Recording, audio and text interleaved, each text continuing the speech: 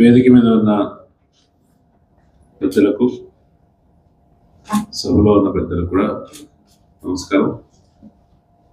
ఈ కార్యక్రమాన్ని నిర్వహిస్తున్నందుకు ఈ జాతీయ సంగీత కళాకారుల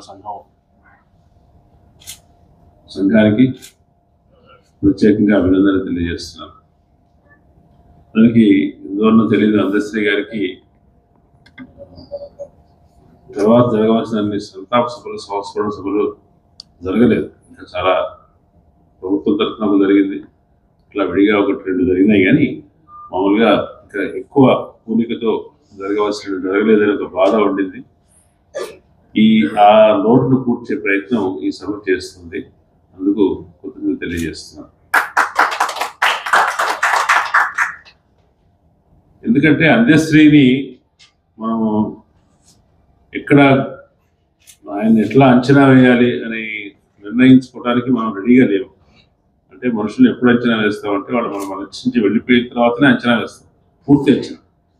మన మధ్యలో ఉన్నప్పుడు మనలో ఉంటాడు కదా అని అతని అప్పటి వరకు తెలిసిన విషయాల గురించి ఒక ప్రశంస, ఒక అంచనానో ఉంటుంది. కానీ మనిషి వెళ్ళిపోయిన తర్వాత అతని జీవితం అయిపోయింది కాబట్టి మొత్తంగా కలిపి అంచనా వేయటం అనే పని చేయాలి. మనం ఒక్కోసారి మన దగ్గర వాళ్ళు చనిపోయినప్పుడు అంత వెంటనే ఆ పని చేయడానికి మనస్కరించదు. మనం ఒక షాక్లో ఉంటాం, వాళ్ళు ఇంకా వెళ్ళిపోయారని విషయాన్ని మన మనసు అంగీకరించదు. అట్లా అందశ్రీ విషయంలో అటువంటి ఒక ఆకస్మిక హఠాత్ నిష్క్రమణ జరగడం అనేది ఇప్పటికి కూడా తెలంగాణ సమాజం ఒక దిగ్భ్రాంతిలో, షాక్లో ఉందని నాకు అనిపిస్తుంది. ఎందుకంటే ఇంకొకటి,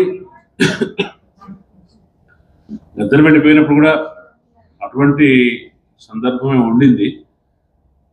కానీ దాన్ని తెలంగాణ సమాజం తగిన విధంగా వెంటనే వ్యక్తం చేసుకోగలిగింది. దుఃఖించడం ద్వారా, సభలు పెట్టుకోవడం ద్వారా రకరకాల పద్ధతిలో చేసింది ప్రభుత్వం కూడా. దాన్ని ఆయన జ్ఞాపకాన్ని ఒక సుస్థిరం చేసే ప్రయత్నం చేస్తూ వచ్చింది. అందశ్రీకి గుర్తింపు ఏమొచ్చింది? ఆయన పాట రాష్ట్ర గీతంగా వచ్చింది అని అన్నారు. అది ప్రభుత్వం ఇవ్వడానికి ముందే ప్రజలు ఇచ్చారు. ఒక ప్రభుత్వం ఆ గుర్తింపు ఇవ్వడానికి ఒప్పుకోలేదు, ఇష్టపడలేదు. తర్వాత వచ్చిన ప్రభుత్వం ఇచ్చింది. కానీ ఈ ప్రభుత్వాలతో నిమిత్తం లేకుండా ప్రజలు వాళ్ళంతా వాళ్ళే దాన్ని రాష్ట్ర గీతంగా నిర్ణయించి సభల్లో, సమావేశాల్లో, ఉద్యమంలో పాడుకోవటం మొదలుపెట్టారు. కాబట్టి ప్రజలు ఇచ్చిన గుర్తింపు కంటే మించిన గుర్తింపు ఏది ఉండదు. కాబట్టి ఆయన వాళ్ళ రాష్ట్ర గేయ రచయిత అని అన్నామంటే అది ఒక ప్రభుత్వం ఇచ్చింది కాదు, అది మొత్తం ప్రజానీకం, తెలంగాణ సమాజం ఆ గుర్తింపు ఇచ్చింది. అటువంటి గుర్తింపు పొందడం అనేది చాలా అరుదైన విషయం, చాలా విశిష్టమైన విషయం. ఇంకొకటి, సరే, మీకు ఆర్ట్స్ కాలేజీ ప్రాంగణంలో లక్షలాది మందితో జరిగిన సభలో, ఉద్యమ సభలో ఆయన జై బోలో తెలంగాణ అనే పాటను పాడినప్పుడు అక్కడ ఉన్న జనం ఎట్లా, విద్యార్థులకు ఎట్లా ఉర్రూతలయ్యిందో మనందరికీ కూడా మన జ్ఞాపకాల్లో తెలుసు. లేదంటే ఇప్పుడు కూడా మనకు యూట్యూబ్లో చూస్తే అది ఎట్లా అక్కడ ఉన్నవాళ్ళు అలలలుగా కదిలి పాటతో పాటు పాటలో భాగమై ఆయన పాడుతుంటే దానికి కోరస్ అయ్యారు అనేది మనం గుర్తు చేసుకుంటే, అటువంటి ఉద్యమ గీతం మరి ఇంకొకటి లేదు. కానీ జై జై హే తెలంగాణ ఉద్యమ గీతమా? అది ఉద్యమ గీతం అంటే ఉద్యమానికి ఆవేశంతో ఉండే పాటలు కావాల్సి వస్తుంది. ఉద్యమానికి ఒక్కసారి చరిత్రను గొప్పగా చెప్పుకునే పాటలు కావాల్సి వస్తుంది, ఒకసారి ప్రార్థనా గీతం కావాల్సి వస్తుంది. అన్ని పాటలు ప్రార్థనా గీతానికి పనికిరావు. ప్రార్థనా గీతం కావాలంటే ఒక పాటలో ప్రతి సభలోనూ పాడుకోవాలంటే ఆ పాట నుంచి స్ఫూర్తి రావాలంటే దాంట్లో ఉండే నడక భిన్నంగా ఉంటుంది. మార్చింగ్ సాంగ్ లాగా ఉండటం, లేదంటే సహజంగానే ప్రార్థన గేయాలని కూడా వీళ్ళు జాతీయ గీతం కానివ్వండి, వందే మాతరం కానీ, ఇవన్నీ కూడా అట్లా సంస్కృత భూయిష్టంతో పదజాలంతో ఉంటాయి. అట్లా మన అందశ్రీ దాదాపు 10 సంవత్సరాల పాటు రాశాడు ఆ పాటని. అంటే ఒక పాటను 10 సంవత్సరాలు రాయడం అంటే ఆ పాట తీర్చిదిద్దడానికి 10 సంవత్సరాలు పట్టింది, ఊహించడానికి 10 సంవత్సరాలు పట్టిందని కాదు. ఆ పాట ఒక 3 చరణాలతో మొదలైంది, అది చివరికి దాదాపు 25 చరణాల దాకా వెళ్ళింది. వెళ్ళటం అనేది ఆ ప్రయాణం ఆయన ఒక్కొక్క సభలో పాడుతున్న కొద్దీ దానికి తర్వాత ఆయనకి ఆలోచన వస్తుంది, దాన్ని గాయం చేసుకుంటూ దాన్ని చరణాలు పెంచుకుంటూ వెళ్ళాడు. నాకే గుర్తు, ఆంధ్రజ్యోతిలో నేను ఉన్నప్పుడు ఆయన పాట 6-7 చరణాలు ఉన్నప్పుడు మా దగ్గరికి తీసుకొచ్చినప్పుడు దీన్ని వేయమంటావా లేదు నా సలహాలు కూడా ఏమైనా చెప్పాలా అని అడిగితే లేదు నేను ప్రచురించడం కోసం రాలేదు, ఎట్లా ఉందో చెప్పు అని అనడానికి వచ్చాడు. చెప్పిన తర్వాత నేను కొన్ని సూచనలు సలహాలు లేదంటే ఏదో చెప్పాను. అట్లా చాలామంది దగ్గర ఇంక్లూడింగ్ ఒకటి ఉద్యమ నాయకుడు చంద్రశేఖరరావు గారితో సహా అట్లా సంప్రదించిన చాలామంది ఆయనతో ఇంటరాక్ట్ అయ్యారు. వాళ్ళ అభిప్రాయాలు నచ్చితే తీసుకున్నాడు. అందరిశ్రీ ఎవరు సలహా ఇస్తే తీసుకోడు, అందరినీ సలహా అడుగుతాడు, వింటాడు. కానీ తన ఏదనుకుంటాడో తన మనసులో దానికి కొసగితేనే అది తీసుకుంటాడు. అటువంటి ఒపీనియన్స్ తీసుకొని సలహాలు తీసుకొని దాన్ని పెంచుకుంటూ పోయాడు. ఎప్పుడైనా ఒక పాట అనేది ప్రజల్లో ఉండే పాట ఒకసారి కాగితం మీద పెట్టంగానే దాని జీవితం అయిపోదు. గమనించారు గోరటింకని కానివ్వండి, గద్దరు కానివ్వండి, ఒక పాటను పాడుతున్నారంటే పాడేటప్పుడు కొత్తగా పదాలు యాడ్ చేస్తారు. ఒరిజినల్ టెక్స్ట్ ప్రకారం పాడరు. ఎందుకంటే పాట అనేది ఎవరు ఎవాల్వింగ్, అది ఎప్పుడూ పెరుగుతూ పోతుంటుంది. అట్లాగే ఈ పాట ఒక కాలక్రమంలో 10 సంవత్సరాల పాటు ఎవాల్వ్ అయిన తర్వాత అప్పుడు ఇక్కడికి చాలు అన్నాడు అందశ్రీ. చాలు అన్న తర్వాత మేము ఆంధ్రజ్యోతిలో అది సాహిత్య పేజీలో ఆ పాట మొత్తం వేసాం. అంటే ఒకసారి ప్రింట్ అయిందంటే ఏంటంటే దానికి మేకు కొట్టేసినట్టు లెక్క అనమాట. దాని తర్వాత ఇంకా దానికి సవరణలు పొడిగింపులు ఉండవు. ఆయన మొదటి వర్షన్ ఎప్పుడు వచ్చింది? 2003లో సోయిలో అనుకుంటుంది.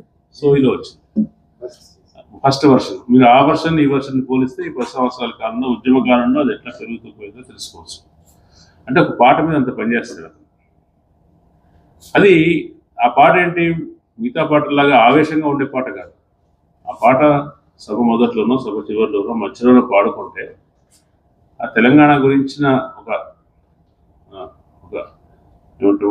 తన్మయత్వం కలగటం, మన చరిత్ర గొప్పది, మన వైభవం ఎటువంటిది, మనం ఎటువంటి వారసత్వానికి చెందిన వాళ్ళు అని తెలియటమే కాకుండా మనం కేవలం వ్యక్తులే కాదు, మన చరిత్రలో గొప్ప వ్యక్తులే కాదు, మన తెలంగాణ జిల్లాల్లోని స్థలాలు, దర్శనీయ స్థలాలు, వాటి విశిష్టతలు, ఏ జిల్లా ఎందుకు ముఖ్యము, ఏ జిల్లాలో ఎటువంటి వనరులు, ప్రకృతి వనరులు ఉన్నాయి, ఏ దేవుళ్ళు ఉన్నారు, హైదరాబాద్ విశేషం ఏంటి, ఇది మనం అందరిలో ఉండేటువంటి మన అందరిలో రికార్డ్ అయి ఉన్నాయి మంచి గుణాలు ఉంటాయో.